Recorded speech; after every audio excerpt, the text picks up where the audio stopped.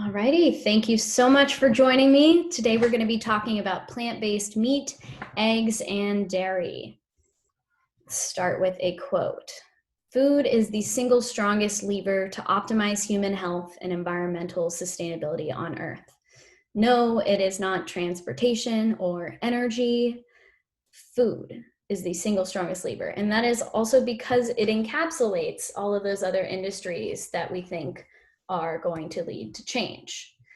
So that came from the Eat Lancet Commission in a report they published in January 2019. They combined these scientific planetary boundaries with a sustainable food diet. So it's a really great report. I highly recommend reading it. I like this quote for this presentation because I think that it ties together really a lot of where the food innovation is going, what is driving consumer demands, some of the threats we're seeing on human health and sustainability, as well as the impending kind of regulatory landscape we're going to be seeing in the future. So before we talk about plant-based foods, let's talk about meat. So this graph shows us meat consumption per capita with select countries kind of driving that growth. So it goes back to 1961. The big takeaway here is meat consumption is not declining. We're seeing a pretty great increase in countries like Hong Kong, China, Brazil, Argentina. Even the United States started to drop, but they started going back up again after 2013. So the global meat market is valued at $1.4 trillion, with the US comprising about 21% of that. So what's the problem with meat? First thing we'll talk about is the climate crisis.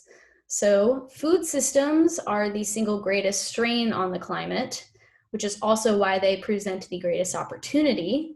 Animal agriculture alone is responsible for 26% of Earth's land use, 30% of world freshwater, and 15% of global greenhouse gas emissions. Now, if we were to take a food system lens of that, we'd see a greater land use. We'd see almost 90% of the world's freshwater, and we'd see about double the greenhouse gas emissions, which means that animal agriculture contributes to 50% of the food system greenhouse gas emissions. That's a massive chunk. Now, the World Health Organization said that if we were to essentially do nothing and we reach a 2-degree warming, we could see livestock losses that equated to almost $10 to $13 billion. That's massive. Not only that, but agriculture and food systems present risks and threats to public health. So if you saw our founder's TED Talk, he talks about how chickens and other animals are incredibly inefficient at delivering nutrition to people. Chickens, for example, takes 9 calories in to produce 1 calorie out. And chickens are the most efficient of the animals of producing calories for humans.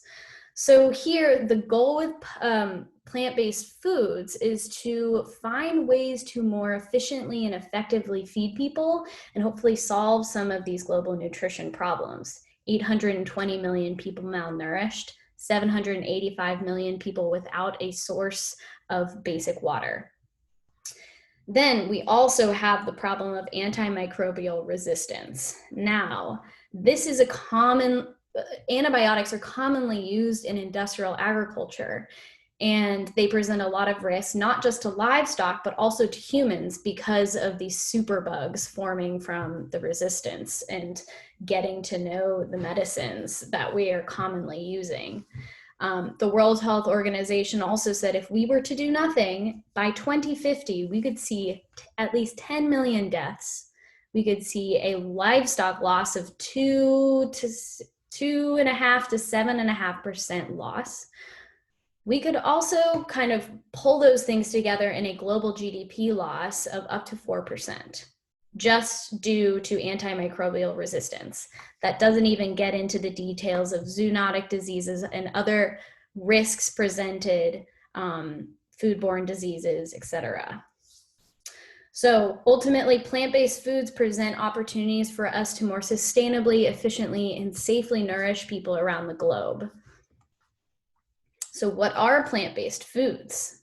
Plant-based foods for this presentation are anything that basically a biomimicked meat, eggs, dairy. So a replacement, something that tastes exactly like what it's replacing, like a Beyond Burger. Meal replacements like tofu, meals with animal ingredients. So, you know, like an Amy's meal. We have fungi and algae-based products. What it does not include is inherently plant-based foods. Kale is not a plant-based product. It is just a plant. And then it also does not include ingredients that are substitutes for meat. So like an algae-based protein powder. So where is the plant-based food market going? Okay, so this graph shows you 2019 dollar sales for 2019. So plant-based milk has kind of been on the up and up for quite a while now. The gray little rhombuses represent the year-over-year growth from 2018 to 2019. So plant-based milk's growth has definitely gone down more recently, but then look at all these other categories. I mean, you see growth in plant-based dairy, meat, meals, tofu, and especially plant-based eggs, thanks to Hampton Creek releasing its Just Egg product in 2018. So the overall US plant-based market equates to $5 billion. Plant-based meats, $1 billion. Now, it is estimated that the US plant-based meat market alone could reach $34 billion. I mean, that's a massive, massive growth. Not to mention the kind of like spectrum of growth people are starting to guess for the global plant-based meat market is between $85 billion and $370 billion. That means it could surpass the current US meat market, which remember was $290 billion. That's a lot of growth, and it's great. So the question here is, how do we get people who don't want to stop eating meat to eat plant-based meats? Well, we innovate. We try and make it taste like meat. Now, there are lots of people driving kind of the vegetarian veganism trends, but then we also want to provide opportunities for those who want to still taste meat. So some of the biggest hurdles we're overcoming: price. Plant-based meats are still not price competitive. Now, in the retail space, they're only 10% less competitive. In the food service space, they're 50% less competitive. So we still have a bit of efficiency to overcome there. The taste, 60% of Americans are saying they would try it again. And we are actually seeing that trend of being willingness to try throughout the globe. Now, availability, it needs to be available. In retail distribution, we're starting to see increase in availability. Food service distribution, there's a great increase in availability, which helps the supplier, and it also helps it get into the consumer's hand and hopefully can eventually drive down the price. Now, the newest study, which we're pretty excited about, is this life cycle assessment and techno-economic study that shows that cultivated meat actually has a lower environmental impact. So this graph shows us that for chicken, pork, and beef mimicked products, they all have massive reductions in their impact on global warming and their impact on land use. The one thing I think we want to find out still is the water impact. But this is the most comprehensive data we have to date on the cultivated meat industry compared to conventional meat. So a lot of good research coming out now. So in summary, our plant-based meat, dairy, and egg alternatives provide solutions to climate change. They provide solutions to public and animal health crises. They also provide solutions to unstable supply chains that we're seeing being presented by the water and climate-related risks.